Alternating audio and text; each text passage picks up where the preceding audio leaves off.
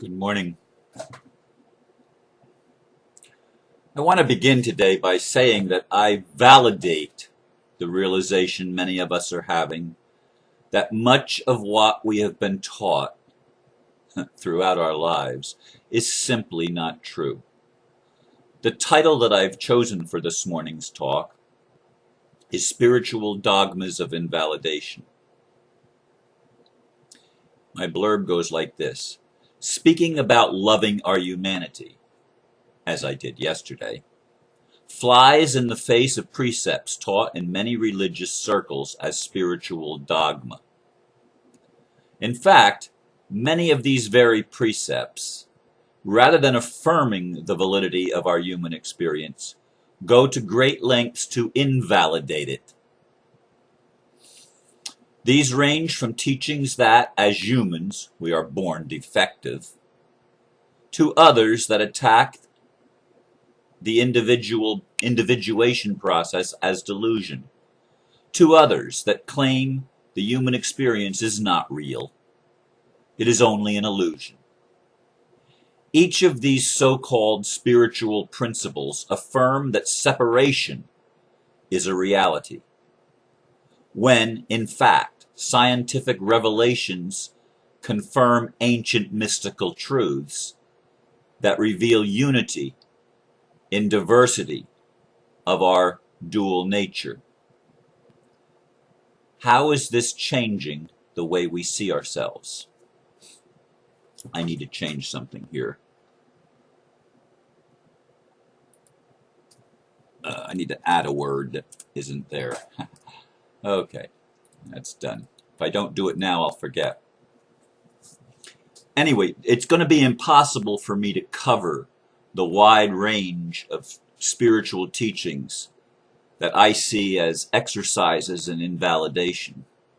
It's just too broad, because virtually everything in our culture, including our religious culture, but our scientific culture and everything else, invalidates certain aspects of our human experience, claiming that, using words to describe them that mean that they're not real, or that there's a defectiveness. Now, I want to acknowledge that the perceptions of some of these things, based on the illusion of separation, are real. The perceptions are real perceptions, but they are limited perceptions. And I want to make it really clear that there is a limitation that is inherent with this journey of coming from higher dimensions into lower dimensions, or the incarnation process, spirit becoming flesh or matter. There is a certain amount, actually a great amount, of perception that is lost. We develop spiritual amnesia when we become human. We forget our roots, we forget our essence, we forget who we are.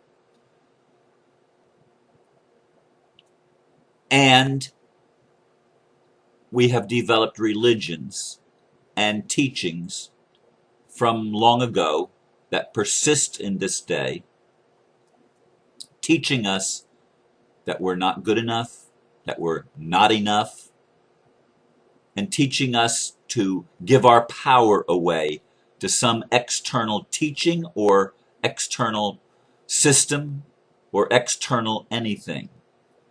And I want to go on record to say that everything that you need for your life to become totally fulfilled is present within you. You are not defective. You were not born in sin and shapen in iniquity. You merely took on the opportunity to become human, having already been a spiritual being prior to becoming a human. Because in the beginning, God created all souls equally.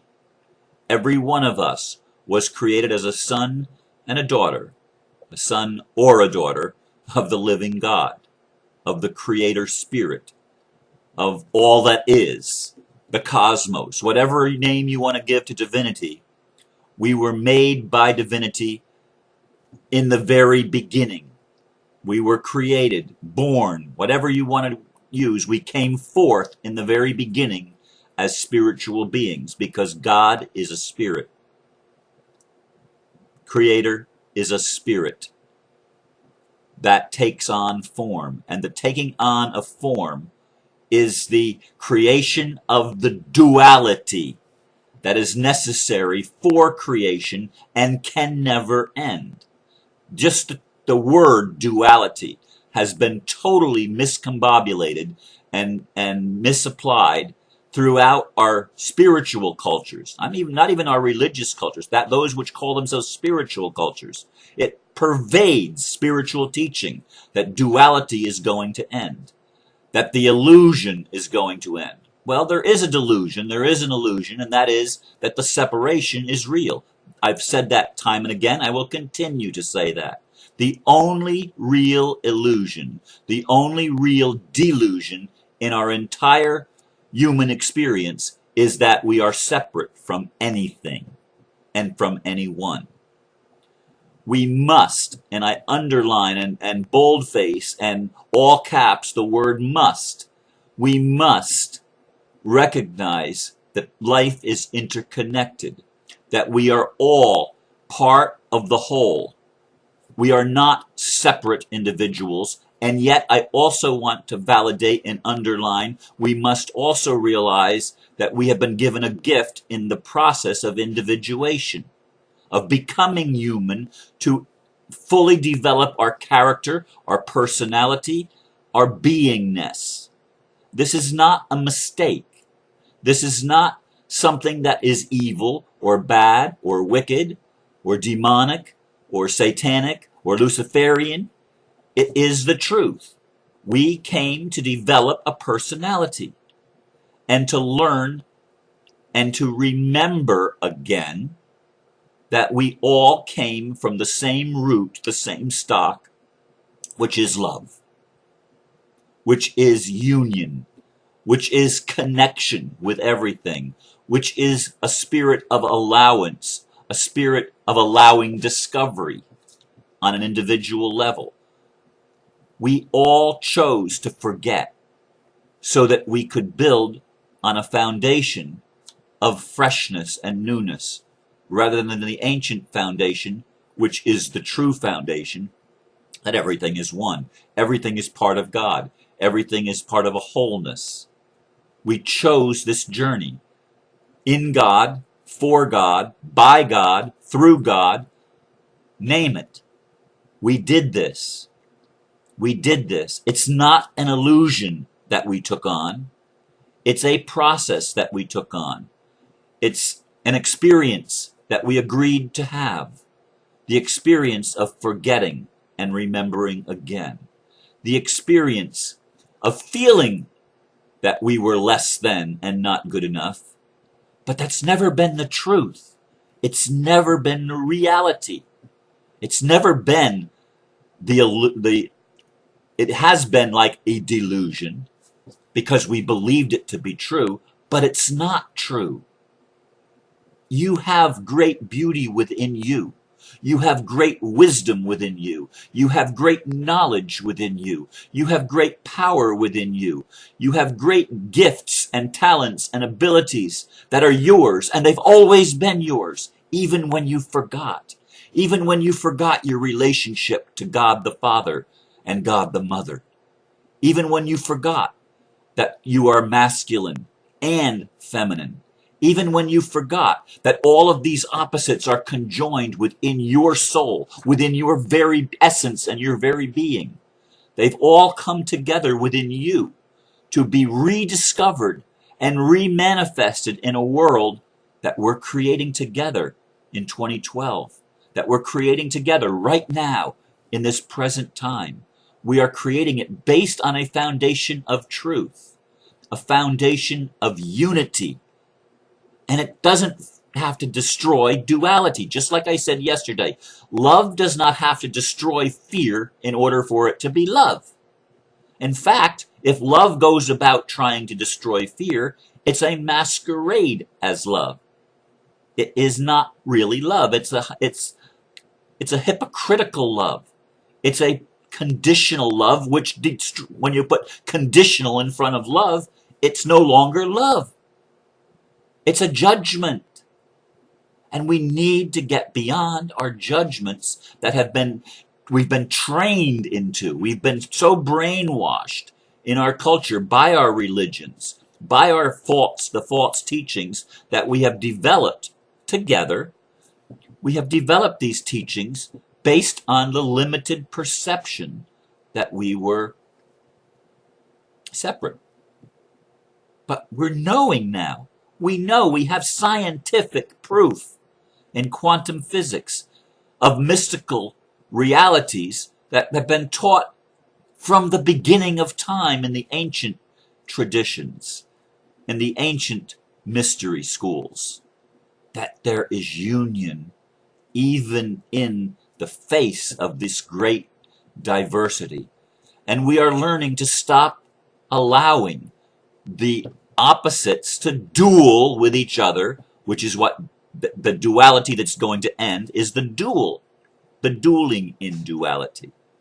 And we're going to learn to dance. This is what's happening. This is the process that's going on right now. This is where Spirit is taking us. It's bringing us home to the realization that we have always been interconnected. And when we recognize that as the truth, and we throw away all of the dogmas that have invalidated our human experience, and we say, oh, that doesn't fit me anymore. I'm not going to wear that belief. That's a limiting belief, and I'm letting go. I'm releasing these limited beliefs that I was born not good enough, that everything that happens is just an illusion anyway, so it really doesn't matter. I'm going to let go of the lie that I am separate from others and that what I do doesn't matter, because everything you do matters. Everything you do affects others. Everything I do has an effect on others. And I'm recognizing that. That's powerful. You count. I count. We all count. And our individuation is not a mistake. It is a great gift that we have been given. It is an amazing gift that we have been given, allowed to develop a personality, even going through all of the deceptions that we've created, all the lies that we have told ourselves and believed, even going through all of that and committing heinous crimes against our own being and against each other. But it's not really against each other, it's always against our own being. Because what we do to the apparent other, we're doing it to ourselves. And we're recognizing this now. We're coming home to this now. And we're letting go. We're letting go of all of the craziness and the insanity that we have heaped upon our own plates to experience, to eat, and to partake of through our lifetimes. And now we're saying, wait a minute, I'm going to change my diet. I'm going to eat something that makes me stronger. And I know some people are going to take off on that and go into veganism or raw food or whatever. And if that's where you want to be, that's fine. You can be there. I'm not telling you that. But don't lay that trip on others. But I am laying a trip on all of us. That we are more than we have been told we are. We are greater than we have been told we are. We do count. It does matter. Matter is not evil. Sexuality is not evil. Our human experience is not bad. Even though we've created all of this pain and suffering for ourselves, it has been part of our learning experience, part of our remembering, part of our teaching, part of our becoming again what we always were. But in becoming it again, it's a greater depth to it. There's a greater height to it, a greater breadth to it. Everything expands. And it's constant expansion. Creation is the constant expansion of our awareness of what is. What is always there, but it expands. It grows stronger and bigger and greater and more vast in every way. I want to encourage you With all of my heart, I want to encourage you to recognize how much you have to offer right now and how much you need to learn to let go of those teachings and belief systems that don't serve your growth. If it doesn't serve your growth, if it doesn't make you feel better about yourself and stronger, let it go. It's not true. I leave you with these thoughts. There's so much more I could say, and I will be saying more in the coming days as Spirit allows. But I do thank you for listening today, and I want to say bless you and namaste.